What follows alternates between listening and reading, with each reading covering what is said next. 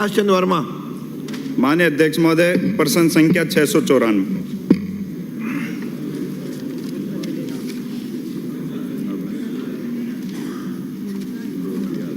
माननीय अध्यक्ष महोदय,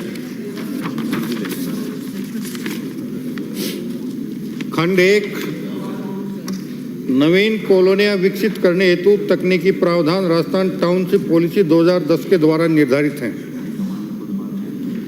खंड 2 जी नहीं, टाउनशिप पॉलिसी 2010 के प्रावधानों के अनुरूप मूलभूत सुविधा की सुनिश्चितता उपरांत ही नगरीय निकाय में प्राप्त होने वाली योजनाओं को अनुमोदित किया जाता है। वर्तमान टाउनशिप पॉलिसी 2010 के अनुसार योजना में आंतरिक विकास कार्यों यथा सड़क, सीवरेज एवं पानी आदि की सुनिश्चितता हेतु पॉलिसी में 12.5% भूखंड रहन रखे जाने का प्रावधान है। आंतरिक विकास कार्यों की सुनिश्चितता उपरांत इन भूखंडों को रहन मुक्त किए जाते हैं, जिसकी प्रति परिशिष्ट ए पर संलग्न है। राज्य के नगरीय क्षेत्रों में कॉलोनाइजरों द्वारा बिना मूलभूत सुविधाओं के काटी जा रही अवैध कॉलोनियों के संबंध में नगरीय निकाय में शिकायत प्राप्त होने पर उचित कार्रवाई की जाती है। टाउनशिप पॉलिसी 2010 में संशोधन हेतु सुझाव आमंत्रित किए गए हैं। प्रारूप पॉलिसी वर्तमान में पब्लिक डोमेन में उपलब्ध है। समस्त सुझावों पर विचार कर नई संशोधित पॉलिसी जारी की जाएगी। माननीय सदस्य। माननीय अध्यक्ष महोदय, मैं आपके माध्यम से मंत्री जी से जानना चाहूँगा कि यह सही है कि जेडीए जोन 10 स्थित खो नागौरियान में कचरा नंबर 1954 से 1958 जो सरकारी पाल व तालाब पेटा भूमि पर आवासीय कॉलोनी काटी जा रही है, इस पर कार्रवाई की सरकार की क्या मंशा है? अगर है तो कब तक और नहीं तो क्यों? माननीय मंत्री जी।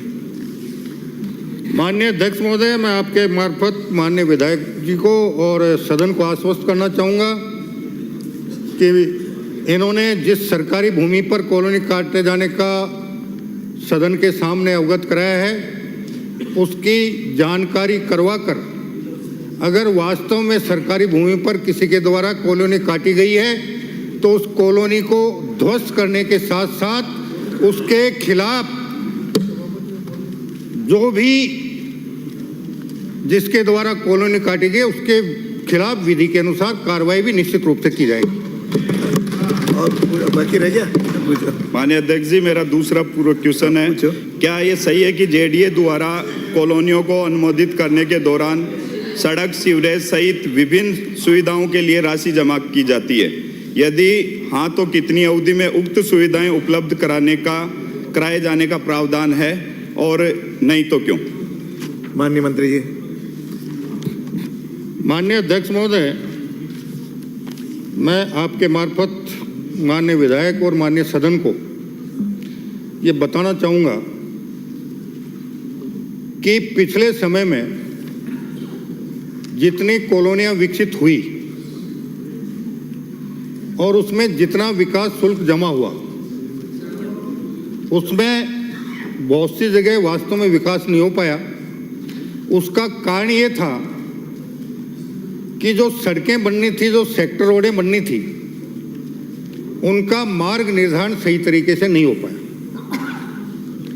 और उसके कारण हमारे बहुत से सड़कें और सेक्टर रोडें मार्ग निर्धारण नहीं होने की वजह से निर्मित नहीं हो पाए। इसी के लिए हम टाउनशिप पॉलिसी 2010 में जो परिवर्तन करने जा रहे हैं और उसमें मैंने मेरे विभाग का जो अनुदान मांगों का जवाब में भी मैंने निवेदन किया था सभी माननीय सदस्यों से कि आप अपने अपने सुझाव दें और हमने जो 3 पॉलिसियों में परिवर्तन करने का प्रयास कर रहे हैं उसमें सुझाव देने की अंतिम तिथि 20 अगस्त 2024 निर्धारित कर दी है।